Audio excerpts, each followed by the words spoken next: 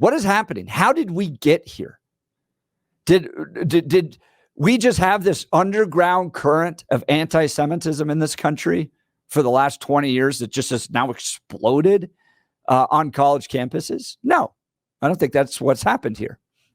What has happened here is Islamists have partnered with Marxists, and you have the recipe, the concoction for these protests. What do I mean by that? Okay, so obviously Islamists hate Jews.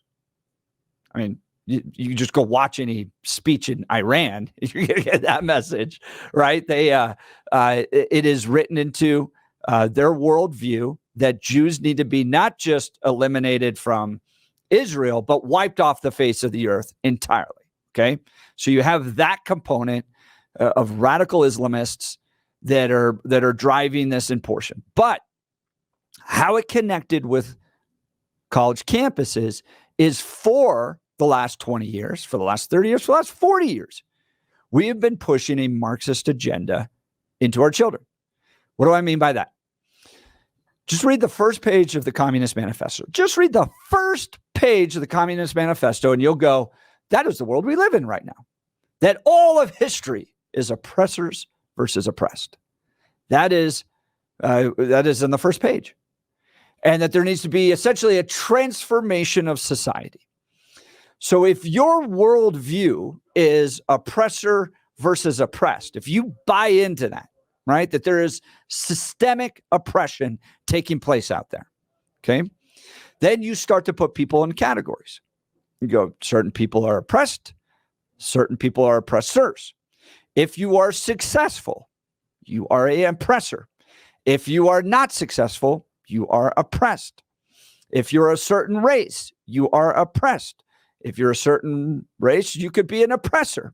If you're a certain sex, you're an oppressor or oppressed. So you start to put everybody into these categories. When you do this, just read the Communist Manifesto, guys. This is all written there.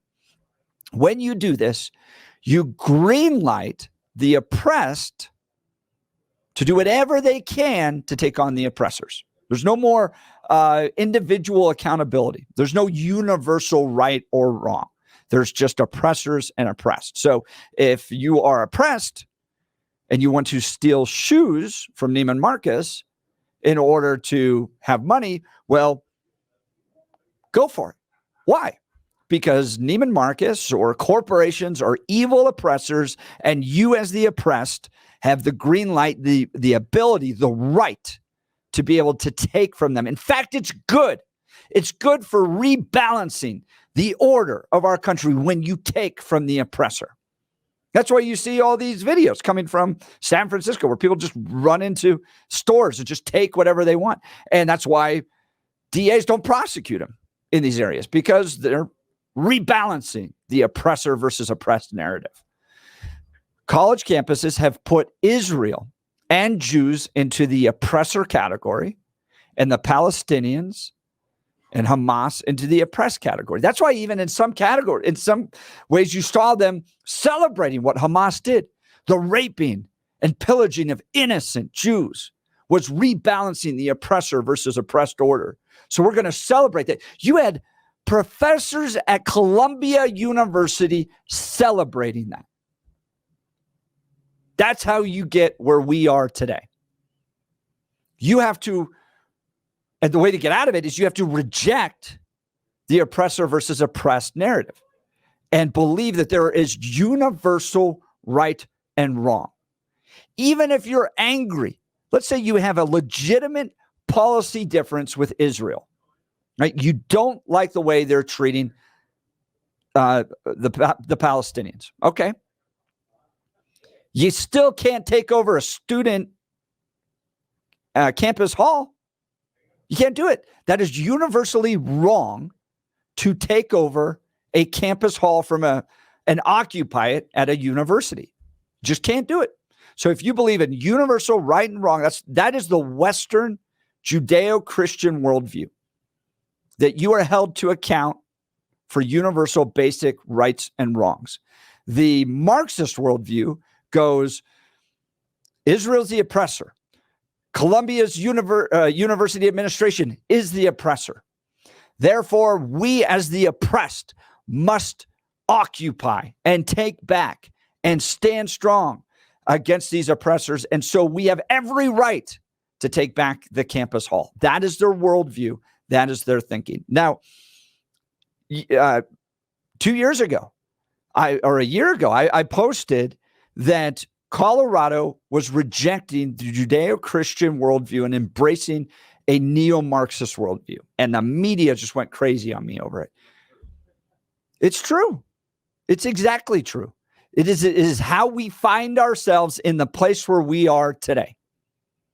And the only way to move out of this is you got to get back to that Judeo-Christian worldview of universal right and wrong.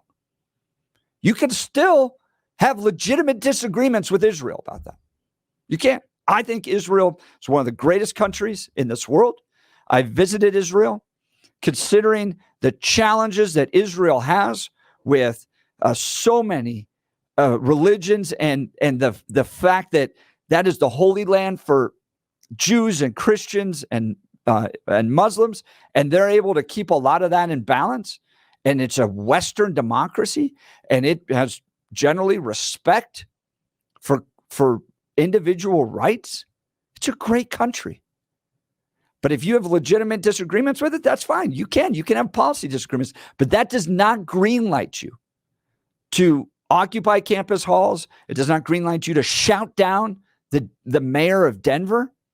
It does not greenlight you keeping Jews off of campus and harassing and intimidating them. The Marxist worldview has to be entirely rejected and pushed out of these college campuses, out of high school, government-run education, and we need to get back to Judeo-Christian universal right and wrong. That's how you deal with this.